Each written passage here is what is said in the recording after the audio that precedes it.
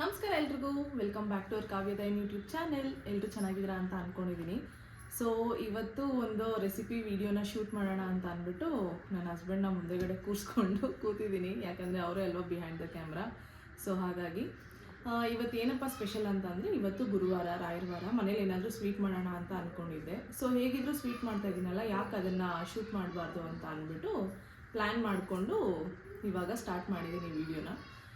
ಇದೊಂದು sweet dish, ಎಲ್ರಿಗೂ ತುಂಬ ಇಷ್ಟ ಆಗುತ್ತೆ, ಪ್ರತಿಯೊಬ್ರಿಗೂ ಇಷ್ಟ ಆಗುವಂಥ ಒಂದು ಡಿಶ್ಶು. ಅದೇ ಸ್ವಲ್ಪ ಡಿಫ್ರೆಂಟ್ ವೇಲಿ ಮಾಡೋಣ ಅಂತ ಅಂದ್ಕೊಂಡಿದ್ದೀನಿ.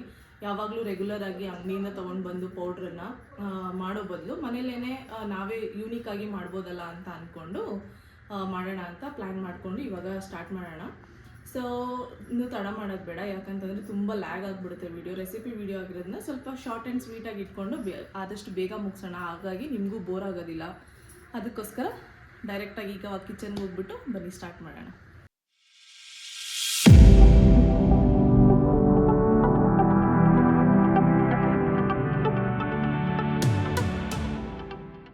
ಕಿಚನ್ಗೆ ಬಂದಿದ್ದೀನಿ. ವಿಡಿಯೋ ಸ್ಟಾರ್ಟ್ ಮಾಡೋಕ್ಕೂ ಮುಂಚೆನೇ ಈಗ ನಾನು ಮಾಡ್ತಾ ಇರೋವಂಥ ಸ್ವೀಟ್ ಐಟಮ್ಗೆ ಏನೇನೆಲ್ಲ ಐಟಮ್ಸ್ ಬೇಕೋ ಅದನ್ನೆಲ್ಲ ರೆಡಿ ಮಾಡಿ ನಾನು ಇಟ್ಕೊಂಡಿದ್ದೀನಿ. ಜಾಸ್ತಿ ಸಸ್ಪೆನ್ಸಲ್ಲಿ ಹೋಗೋದು ಬೇಡ, ಯಾಕಂತಂದರೆ ಇವತ್ತು ನಾನು ಮಾಡ್ತಾ ಇರೋದು ಗುಲಾಬ್ ಜಾಮೂನ್ನ ಅಂಗಡಿಯಿಂದ ತುಂಬ ಬ್ರ್ಯಾಂಡ್ಸ್ ಪೌಡರ್ನೆಲ್ಲ ತೊಗೊಂಡು ಬಂದು ಮಾಡ್ತೀವಲ್ಲ. ಮುಂಚೆ ನಾನು ಕೂಡ ಹಾಗೆ ಮಾಡ್ತಾ ಇದ್ದೆ, ಬಟ್ ಇವಾಗ ಮನೇಲಿ ಒಂದು ಸ್ವಲ್ಪ ಅದಕ್ಕೆ ಬೇಕಾಗಿರೋಂಥ ಮೇನ್ ಪ್ರಾಡಕ್ಟ್ ಇತ್ತು ಅಂತ ಅಂದ್ಬಿಟ್ಟು ನಾನು ಡಿಫ್ರೆಂಟಾಗಿ ಟ್ರೈ ಮಾಡೋಣ ಅಂತ ಅಂದ್ಬಿಟ್ಟು ನನಗೆ ಏನೇನು ಐಟಮ್ಸ್ ಎಲ್ಲ ಬೇಕೋ ಅದನ್ನೆಲ್ಲ ರೆಡಿ ಮಾಡಿ ಇಟ್ಕೊಂಡಿದ್ದೀನಿ. ಈಗ ನಾನು ಮಾಡ್ತಾ ಇರೋ ಗುಲಾಬ್ ಜಾಮೂನ್ಗೆ ಏನೇನು ಬೇಕು ಅಂತಂದರೆ, ನಾನು ಫಸ್ಟು ಮಿಲ್ಕ್ ಪೌಡರ್ ತೊಗೊಂಡಿದ್ದೀನಿ. ಯಾವ ಬ್ರ್ಯಾಂಡ್ ಮಿಲ್ಕ್ ಪೌಡರ್ ಆದರೂ ಪರವಾಗಿಲ್ಲ, ನಾನು ತೊಗೊಂಡಿರೋದು ನಂದಿನಿ ಮಿಲ್ಕ್ ಪೌಡರ್ ತೊಗೊಂಡಿದ್ದೀನಿ. ಮತ್ತು ಇದಕ್ಕೆ ಒಂದು ಸ್ವಲ್ಪ ಮೈದಾ ಬೇಕಾಗುತ್ತೆ, ಸೊ ಹಾಗಾಗಿ ಮೈದಾ ತೊಗೊಂಡಿದ್ದೀನಿ. ಸಕ್ಕರೆ ತೊಗೊಂಡಿದ್ದೀನಿ, ಮತ್ತು ಜಾಮೂನ್ಗೆ ಹಿಟ್ಟು ಅದಕ್ಕೆ ಬರಬೇಕಲ್ಲ, ಸೊ ಹಾಗಾಗಿ ಮಿಕ್ಸ್ ಮಾಡ್ಕೊಳ್ಳೋದಕ್ಕೆ ಅಂತ ತುಪ್ಪ ತೊಗೊಂಡಿದ್ದೀನಿ. ಮತ್ತು ಒಂದು ಸ್ವಲ್ಪ ಬಾದಾಮಿ ಚಂಕ್ಸ್ ತೊಗೊಂಡಿದ್ದೀನಿ. ಆ್ಯಂಡ್ 2 ಏಲಕ್ಕಿ ತೊಗೊಂಡಿದ್ದೀನಿ, ಯಾಕಂದರೆ ಘಮ ಬರಬೇಕಲ್ಲ ನಮಗೆ, ನಾವು ಮಾಡ್ತಾರೋ ಸ್ವೀಟ್ ಐಟಮ್ಗೆ ಏಲಕ್ಕಿ ಇಲ್ಲ ಅಂದರೆ ಹೇಗಿರುತ್ತೆ ಹೇಳಿ. ಸೊ ಹಾಗಾಗಿ 2 ಏಲಕ್ಕಿ ತೊಗೊಂಡಿದ್ದೀನಿ. ಇವಾಗ ಇನ್ನು ಜಾಸ್ತಿ ಟೈಮ್ ವೇಸ್ಟ್ ಮಾಡೋದು ಬೇಡ, ಬನ್ನಿ ಹೇಗೆ ಪ್ರಿಪೇರ್ ಮಾಡ್ಕೊಳ್ಳೋದು ಅಂತ ತೋರಿಸ್ತೀನಿ. ಈಗ ನಾನು ಮೊದಲಿಗೆ ಶುಗರ್ ಸಿರಪ್ನ ಮಾಡೋಕ್ಕೆ ಅಂತ ಇಟ್ಕೊತೀನಿ ಸ್ಟವ್ ಮೇಲೆ, ಯಾಕಂತಂದರೆ ಅದು ಇಟ್ಟು ನಾವು ರೆಡಿ ಮಾಡ್ಕೊಳ್ಳೋ ಅಷ್ಟೊತ್ತಿಗೆ ಈ ಕಡೆ ಶುಗರ್ ಸಿರಪ್ ಆಗಿರುತ್ತೆ, ಸೊ ನಮಗೆ ಜಾಸ್ತಿ ಟೈಮ್ ವೇಸ್ಟ್ ಆಗಲ್ಲ. ಸೊ ಹಾಗಾಗಿ ಇಲ್ಲಿ ಫಸ್ಟು ಶುಗರ್ ಸಿರಪ್ ಮಾಡ್ಕೊಳ್ಳೋಣ. ಈಗ ಶುಗರ್ ಸಿರಪ್ಗೆ ಏನಂತಂದರೆ, ನಾನು 1 ಕಪ್ ಆಗುವಷ್ಟು ಸಕ್ಕರೆ ತೊಗೊಂಡಿದ್ದೀನಿ. ಸೊ ಸ್ವೀಟು ನಿಮ್ಮ ಅದಕ್ಕೆ ಹೇಗೆ ಬೇಕು ಆ ಥರ ತಗೊಳ್ಳಿ. ಜಾಸ್ತಿ ಸ್ವೀಟ್ ತಿಂತೀನಿ ಅಂದವರು ಜಾಸ್ತಿ ತಗೊಳ್ಳಿ, ಇಲ್ಲ ಅಂತಂದರೆ 1 ಕಪ್ ಆಗೋಷ್ಟು ಸಾಕಾಗುತ್ತೆ. ಯಾಕಂದರೆ ನಾನು ಇದೇ ಮೆಷರ್ಮೆಂಟಲ್ಲೇ ಮಿಲ್ಕ್ ಪೌಡರ್ನ ತೊಗೊಂಡಿರೋದು. ಸೊ ಹಾಗಾಗಿ 1 ಕಪ್ ಸಕ್ಕರೆ ತೊಗೊಂಡಿದ್ದೀನಿ. ನಾನು ಯಾವ ಮೆಷರ್ಮೆಂಟಿಗೆ ಮಾಡ್ತಾಯಿದ್ದೀನಿ ಅಂದರೆ, 3 ಕಪ್ ಆಗುವಷ್ಟು ನಾನು ಮಿಲ್ಕ್ ಪೌಡರ್ ತೊಗೊಂಡಿರೋದ್ರಿಂದ 1 ಕಪ್ ಆಗುವಷ್ಟು ಸಕ್ಕರೆ ತೊಗೊಂಡಿದ್ದೀನಿ. ಅದಕ್ಕೆ 2 ಕಪ್ ಆಗುವಷ್ಟು ನೀರನ್ನ ಹಾಕೊತಾ ಇದ್ದೀನಿ. ಸೊ ಸಾಕಾಗುತ್ತೆ, ಯಾಕಂತಂದರೆ ಲಾಸ್ಟಲ್ಲಿ ಏನಾಗುತ್ತೆ ಅಂದರೆ ಜಾಸ್ತಿ ಜಾಮೂನ್ ಬಾಲ್ಸ್ ಇರುತ್ತಲ್ಲ, ಅದಕ್ಕೆ ಜಾಸ್ತಿ ಆಗೋಷ್ಟು ಶುಗರ್ ಸಿರಪ್ ಆಗಿಬಿಡುತ್ತೆ. ಸೊ ಹಾಗಾಗಿ ನಾನು ಆಗೋಷ್ಟು ಮಾತ್ರ ತೊಗೊಂಡಿದ್ದೀನಿ. ಆ್ಯಂಡ್ ಆಗಲೇ ಹೇಳ್ದಂಗೆ ಸಕ್ಕರೆ ಬೇಕು ಅಂತಂದರೆ ನಿಮ್ಮ ಅದಕ್ಕೆ ಇನ್ನೊಂದು ಸ್ವಲ್ಪ ಸಕ್ಕರೆನ ಆ್ಯಡ್ ಮಾಡ್ಕೊಳ್ಳಿ. ನಾನು 1 ಕಪ್ ಆಗೋಷ್ಟು ಶುಗರ್ನ ತೊಗೊಂಡಿದ್ನಲ್ವ, ಯಾಕೋ ನನಗೆ ಸ್ವಲ್ಪ ಕಡಿಮೆ ಆಗುತ್ತೆ ಅಂತ ಅನ್ನಿಸ್ತು, ಯಾಕಂದರೆ ನಮ್ಮದು ಟೇಸ್ಟ್ ಬರ್ಡ್ಸ್ ಎಲ್ಲ ಸ್ವಲ್ಪ ಜಾಸ್ತಿ ಶುಗರ್ನ ಕೇಳುತ್ತೆ. ಸೊ ಹಾಗಾಗಿ ನಾನು ಇನ್ನೊಂದು 1/2 ಕಪ್ ಆಗೋಷ್ಟು ಶುಗರ್ನ ಆ್ಯಡ್ ಮಾಡ್ಕೊತಾ ಇದ್ದೀನಿ. ಹಾಗೆ ನೀವು ಕೂಡ ನಿಮಗೆ ಎಷ್ಟು ಬೇಕಾಗುತ್ತೆ ಶುಗರು ಅಷ್ಟು ಆ್ಯಡ್ ಮಾಡಿಕೊಂಡು ನೀವು ಕೂಡ ಶುಗರ್ ಸಿರಪ್ನ ಮಾಡ್ಕೊಳ್ಳಿ. ಇವಾಗ ಇಲ್ಲೇನು ಪಾಕ ಆಗ್ತಾ ಇದೆ, ಈ ಪಾಕಕ್ಕೆ ನಾನು ಇವಾಗಲೇ ಏಲಕ್ಕಿ ಹಾಕ್ಕೊತೀನಿ. ಏಲಕ್ಕಿನ ಕೆಲವರು ಪೌಡರ್ ಮಾಡಿ ಹಾಕ್ತಾರೆ, ಒಬ್ಬೊಬ್ರು ಕುಟ್ಟಿ ಹಾಕ್ತಾರೆ. ಸೊ ನಾನು ಕುಟ್ಟಿ ಹಾಕೋಣ ಅಂದ್ಕೊಂಡೆ, ಬಟ್ ಅದು ಚಂಕ್ಸ್ ಎಲ್ಲ ಹಾಗಾಗಿ ಬಾಯಿಗೆ ಸಿಗುತ್ತೆ ಅಂದ್ಬಿಟ್ಟು ನಾನು ಹಾಗೆ ಹೋಲ್ ಆಗಿ ಏಲಕ್ಕಿನ ಹಾಕ್ಕೊಂಡಿದ್ದೀನಿ. ಅದನ್ನ ಆಮೇಲೆ ಬೇಕಾದ್ರೆ ನಾವು ಸಪ್ರೇಟ್ ಮಾಡ್ಕೊಬೋದಲ್ಲ, ಹಾಗಾಗಿ. ಸೊ ಇವಾಗ ಇದು ರೆಡಿ ಆಗ್ತಾ ಇರಲಿ, ಅಷ್ಟೊತ್ತಿಗೆ ನಾವು ಹಿಟ್ಟನ್ನು ರೆಡಿ ಮಾಡ್ಕೊಳ್ಳೋಣ ಜಾಮೂನ್ದು. ಶುಗರ್ ಸಿರಪ್ ಆಗೋಕ್ಕೆ ಇಲ್ಲಿ ಇಟ್ಟಿದ್ನಲ್ವ, ಸೊ ಪ್ಲೇನ್ ಸಿರಪ್ ಆಗಿದ್ರೆ ಏನಾಗುತ್ತೆ ಅಂದರೆ ಡೈರೆಕ್ಟಾಗಿ ಅದೇನೋ ಒಂಥರ ಲಾಸ್ಟಲ್ಲಿ ಸಿರಪ್ ತಿನ್ನೋಕ್ಕೆ ಇಷ್ಟ ಆಗೋದಿಲ್ಲ. ಸೊ ಹಾಗಾಗಿ ಒಂದು ಸ್ವಲ್ಪ ಬಾದಾಮಿ ಚಂಕ್ಸ್ನ ಆ್ಯಡ್ ಮಾಡ್ಕೊಳ್ಳಿ. ಅಟ್ಲೀಸ್ಟ್ ಅದಾದರೂ ಇದ್ರೆ ನಿಮಗೆ ಆ ಸ್ವೀಟ್ನೆಸ್ ಜೊತೆಗೆ ಇದೊಂದು ಸ್ವಲ್ಪ ಮೈಲ್ಡ್ ಆಗಿರುತ್ತಲ್ಲ, ಸೊ ತಿಂತಾ ಇದ್ದಾಗ ಬಾಯಲ್ಲಿ ಚೆನ್ನಾಗಿ ಅನಿಸುತ್ತೆ. ಸೊ ಹಾಗಾಗಿ ನಾನೊಂದು ಸ್ವಲ್ಪ ಆ್ಯಡ್ ಮಾಡ್ಕೊಂಡಿದ್ದೀನಿ. ಇಟ್ ಡಿಪೆಂಡ್ಸ್ ಅಗೇನ್ ನಿಮಗೆ ಯಾವ ಥರ ಡ್ರೈ ಫ್ರೂಟ್ ಬೇಕೋ ಅಥವಾ ಪ್ಲೇನ್ ಮಾಡ್ಕೊತೀರಾ, ಯಾವ ರೀತಿ ಬೇಕೋ ಆ ರೀತಿ ನೀವು ಮಾಡ್ಕೊಳ್ಬೋದು. ಅದೇ ಇಲ್ಲಿ ನಾನೊಂದು ಸ್ವಲ್ಪ ಬಾದಾಮಿ ಚಂಕ್ಸ್ನ ಆ್ಯಡ್ ಮಾಡ್ಕೊಂಡಿದ್ದೀನಿ.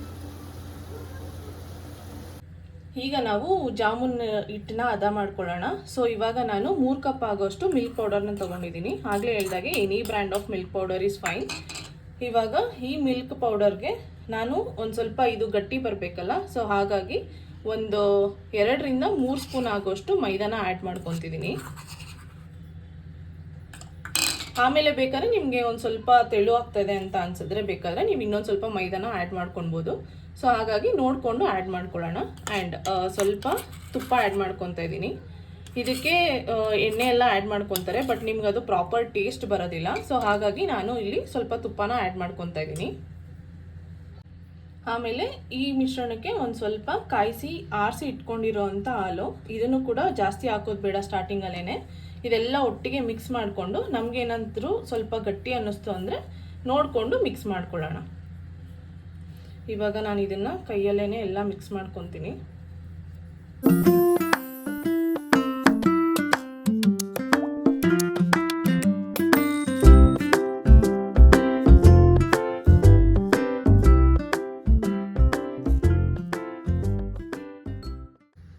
ಇನ್ನೇನು ಎಲ್ಲ ಒಂದು ಅದಕ್ಕೆ ಕಲಿಸ್ಕೊತಾ ಇದ್ದೀವಿ ಅಂದಾಗ ಒಂದು ಚಿಟಿಕೆ ಆಗೋಷ್ಟು ಸೋಡಾನ ಹಾಕ್ಕೊಳ್ಳೋಣ.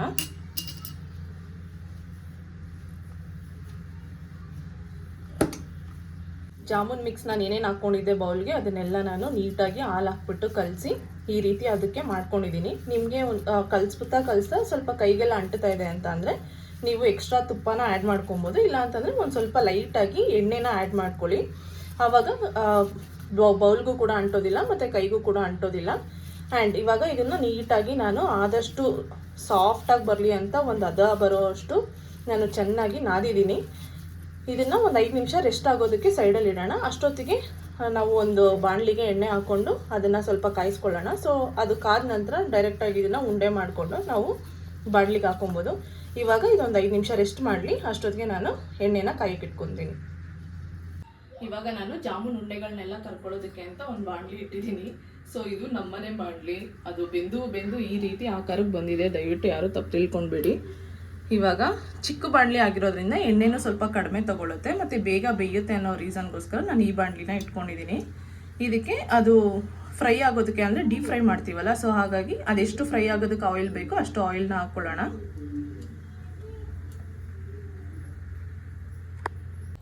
ಇವಾಗ ಒಂದು ಕಡೆ ಬಾಣಲಿಯಲ್ಲಿ ಎಣ್ಣೆ ಕಾಯ್ತಾ ಇದೆ. ಸೊ ಆ ಎಣ್ಣೆ ಕಾಯೋಷ್ಟೊತ್ತಿಗೆ ನಾನು ಚಿಕ್ಕದಾಗಿ ಜಾಮೂನ್ದು ಬಾಲ್ಸ್ ಮಾಡ್ಕೊಳ್ತಾ ಇದ್ದೀನಿ.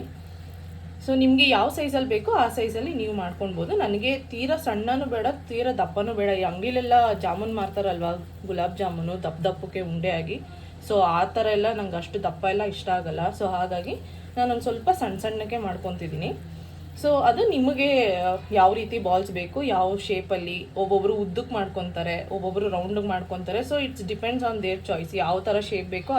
ಜಾಮೂನ್ ಏನು ಈ ಥರ ಶೇಪಲ್ಲೇ ಮಾಡಬೇಕು ಅನ್ನೋದೆಲ್ಲ ಏನಿಲ್ಲ, ನೀವು ತಿನ್ನೋದಲ್ವಾ, ನಾವೆಲ್ಲ ತಿನ್ನೋದಲ್ವಾ. ಸೊ ನಮಗೆ ಯಾವ ಥರ ಇಷ್ಟ ಆಗುತ್ತೆ. ಸೊ ಹಾಗಾಗಿ ನಿಮ್ಗೆ ಯಾವ ಥರ ಬೇಕೋ ಆ ಥರ ಮಾಡ್ಕೊಳ್ಳಿ. ನಾನಿಲ್ಲಿ ರೌಂಡ್ ಬಾಲ್ಸ್ ಮಾಡ್ಕೊತಾ ಇದ್ದೀನಿ.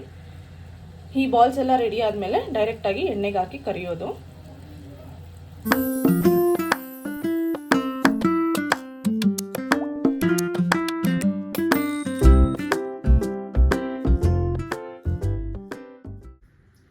ಎಣ್ಣೆನ ಕಾಯಕ್ಕೆ ಇಟ್ಕೊಂಡಿದ್ನಲ್ವಾ, ಸೊ ಮೀಡಿಯಂ ಫ್ಲೇಮ್ ಮಾಡ್ಕೊಳ್ಳೋಣ. ತುಂಬ ಲೋ ಫ್ಲೇಮಲ್ಲೇ ಮಾಡಿಕೊಂಡು ಇದನ್ನೆಲ್ಲ ಬೇಯಿಸ್ಕೊಳ್ಳೋಣ. ಯಾಕಂತಂದರೆ ಉಂಡೆ ಸ್ವಲ್ಪ ದಪ್ಪ ಇರೋದ್ರಿಂದ ಒಳಗಡೆ ಎಲ್ಲ ನೀಟಾಗಿ ಬೇಯಬೇಕು. ಸೊ ಹಾಗಾಗಿ ಒಂದು ಸ್ವಲ್ಪ ಲೋ ಫ್ಲೇಮಲ್ಲೇ ಇಟ್ಕೊಂಡು ಫ್ರೈ ಮಾಡ್ಕೊಳ್ಳೋಣ. ಈಗ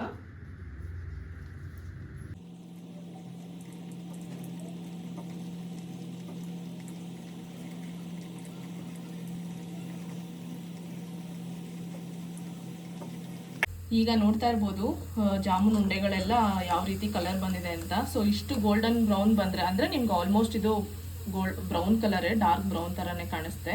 ಸೊ ಈ ಕಲರ್ ಬಂದರೆ ಸಾಕು, ಚೆನ್ನಾಗಾಗಿದೆ ಅಂತ ಗೊತ್ತಾಗುತ್ತೆ. ಇವಾಗ ನಾವು ಬೇಯಿಸ್ಕೊಂಡಿರೋವಂಥ ಈ ಉಂಡೆಗಳನ್ನೆಲ್ಲ ಸ್ವಲ್ಪ ಸೈಡಲ್ಲಿ ಇಡೋಣ. ಯಾಕಂತಂದರೆ ಎಲ್ಲ ಒಂದೇ ಸತಿ ಹಾಕಿದ್ರೆ ಒಂದೇ ಥರ ಸಾಫ್ಟ್ ಆಗುತ್ತೆ, ಇಲ್ಲಾಂದರೆ ಒಂದು ತೀರಾ ಸಾಫ್ಟ್ ಆಗೋದು, ಇನ್ನೊಂದು ಸ್ವಲ್ಪ ಹಾರ್ಡ್ ಆಗಿರೋದು ಆ ಥರ ಆಗುತ್ತೆ. ಸೊ ಹಾಗಾಗಿ ಇದನ್ನು ಸಪ್ರೇಟಾಗಿ ಒಂದು ಪ್ಲೇಟಿಗೆ ತೆಗೆದಿಟ್ಕೊಳ್ಳೋಣ. ಇನ್ನೂ ನಾನು ಮಾಡ್ಕೊಂಡಿರೋ ಅಂಥ ಉಂಡೆಗಳಲ್ಲಿ ಇನ್ನೂ ಒಂದು 7-8 ಜಾಮೂನ್ ಆಗುವಷ್ಟು ಇದೆ. ಸೊ ಅದನ್ನು ಕೂಡ ನಾನು ಇವಾಗ ಫ್ರೈ ಮಾಡ್ಕೊತೀನಿ. ಫ್ರೈ ಮಾಡಿಕೊಂಡು ಎಲ್ಲ ಒಂದೇ ಸತಿ ಶುಗರ್ ಸಿರಪ್ಪಿಗೆ ಹಾಕೋಣ.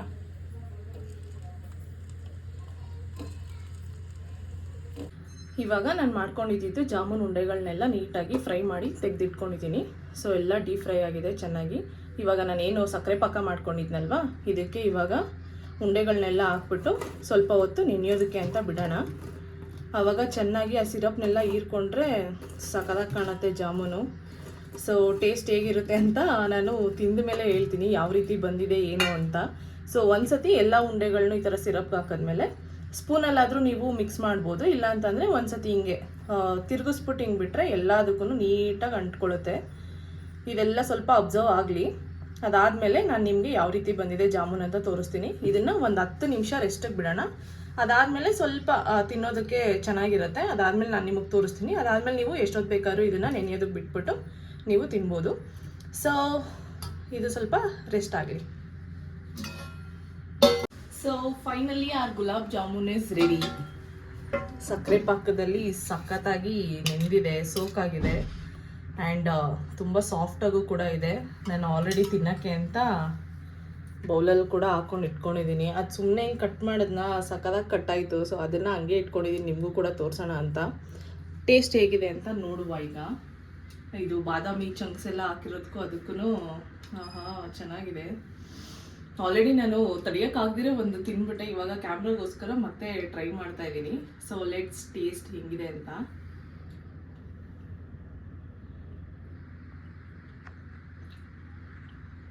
ಸಖತ್ತಾಗಿದೆ. ಸೊ ಏನಂತಂದರೆ ಅಂಗಡಿಲಿ ಸಿಗೋವಂಥ ಅದು ಮಿಕ್ಸೇ ಬೇರೆ ಥರ ಟೇಸ್ಟ್ ಕೊಡುತ್ತೆ. ನೀವು ಮಿಲ್ಕ್ ಪೌಡರ್ ಹಾಕಿ ಮನೇಲೇ ಮಾಡ್ಕೊಳ್ಳೋದು ಅದು ಇನ್ನೊಂಥರ ಡಿಫ್ರೆಂಟ್ ಟೇಸ್ಟ್ ಕೊಡುತ್ತೆ. ಆದಷ್ಟು ಈ ಥರ ಮನೇಲೇ ಟ್ರೈ ಮಾಡೋದಕ್ಕೆ ನೀವು ಕೂಡ ಟ್ರೈ ಮಾಡಿ. ಯಾಕಂತಂದರೆ ಒಂದು ಮಸ್ತಾಗಿರೋವಂಥ ಸ್ವೀಟು, ತುಂಬ ಕಡಿಮೆ ಇಂಗ್ರೀಡಿಯೆಂಟಲ್ಲಿ, ನಮಗೂ ತುಂಬ ಜಾಸ್ತಿ ಟೈಮ್ ತೊಗೊಳೋದಿಲ್ಲ. ಆದಷ್ಟು ಬೇಗ ಏನೇನು ಪ್ರಾಡಕ್ಟ್ಸ್ ಎಲ್ಲ ಮಿಕ್ಸ್ ಮಾಡಬೇಕು ಅದನ್ನೆಲ್ಲ ಮಿಕ್ಸ್ ಮಾಡಿಬಿಟ್ಟು ಬಾಲ್ಸ್ ಮಾಡಿಕೊಂಡು ಡೀಪ್ ಫ್ರೈ ಮಾಡಿ ಸಕ್ಕರೆ ಪಾಕದಲ್ಲಿ ನೆನೆಸಿದ್ರೆ ಈ ಥರ ಒಂದು ಸಖತ್ತಾಗಿರುವಂಥ ಗುಲಾಬ್ ಜಾಮೂನ್ ರೆಡಿ ಆಗುತ್ತೆ. ಸೊ ನೀವು ಕೂಡ ಇವತ್ತು ನಾನು ಹೇಗೆ ಮಾಡಿದೆ ಅನ್ನೋದನ್ನು ಫಸ್ಟಿಂದ ಲಾಸ್ಟ್ವರೆಗೂ ನೋಡಿಬಿಟ್ಟು ಅದೇ ರೀತಿ ಟ್ರೈ ಮಾಡಿ. ನೀವು ಕೂಡ ಒಂದು ಡಿಲಿಷಿಯಸ್ ಆಗಿರುವಂಥ ಡೆಸರ್ಟ್ನ ರೆಡಿ ಮಾಡ್ಕೊಳ್ಬೋದು ಮನೇಲೇ. ನನಗಂತೂ ತಿನ್ನಬೇಕು ಅನ್ನಿಸ್ತಾ ಇದೆ. ನಾನಿನ್ನು ವೆಯ್ಟ್ ಮಾಡೋಕ್ಕಾಗೋದಿಲ್ಲ, ಇದಿಷ್ಟನ್ನು ಮುಗಿಸ್ಬೇಕು. ನೀವು ಕೂಡ ನಾನು ಹೇಳ್ಕೊಟ್ಟಿರೋಂಥ ರೆಸಿಪಿನ ಟ್ರೈ ಮಾಡಿ ನನಗೆ ಕಮೆಂಟ್ ಸೆಕ್ಷನಲ್ಲಿ ಕಮೆಂಟ್ ಮಾಡಿ ಹೇಗೆ ಬಂತು ಅಂತ. ಸೊ ಈ ವಿಡಿಯೋನ ನಾನು ಇಲ್ಲಿಗೆ ಎಂಡ್ ಮಾಡ್ತಾ ಇದ್ದೀನಿ. ಯಾರಿಗೆಲ್ಲ ನಾನು ಮಾಡ್ತಾ ಇರೋ ವೀಡಿಯೋಸು ಇಷ್ಟ ಆಗ್ತಾ ಇದೆ ದಯವಿಟ್ಟು ಲೈಕ್ ಮಾಡಿ, ಶೇರ್ ಮಾಡಿ, ಮತ್ತು ನನ್ನ ಚಾನಲ್ನ ಸಬ್ಸ್ಕ್ರೈಬ್ ಮಾಡಿ. ನಿಮ್ಮ ಸಪೋರ್ಟ್ ನನಗೆ ತುಂಬ ಮುಖ್ಯ ಅಂತ ಹೇಳ್ತಾ, ಹಾಗೆ ನನ್ನ ಹಿಂದಿನ ವೀಡಿಯೋಸ್ನ ಕೂಡ ಇನ್ನೂ ಯಾರೆಲ್ಲ ನೋಡಿಲ್ಲ ಅದನ್ನು ಕೂಡ ನೋಡಿ ಆ್ಯಂಡ್ ನನಗೆ ಸಪೋರ್ಟ್ ಮಾಡಿ ಅಂತ ಕೇಳ್ಕೊತೀನಿ. ಮತ್ತೆ ನೆಕ್ಸ್ಟ್ ವೀಡಿಯೋದಲ್ಲಿ ಸಿಗ್ತೀನಿ. Thank you.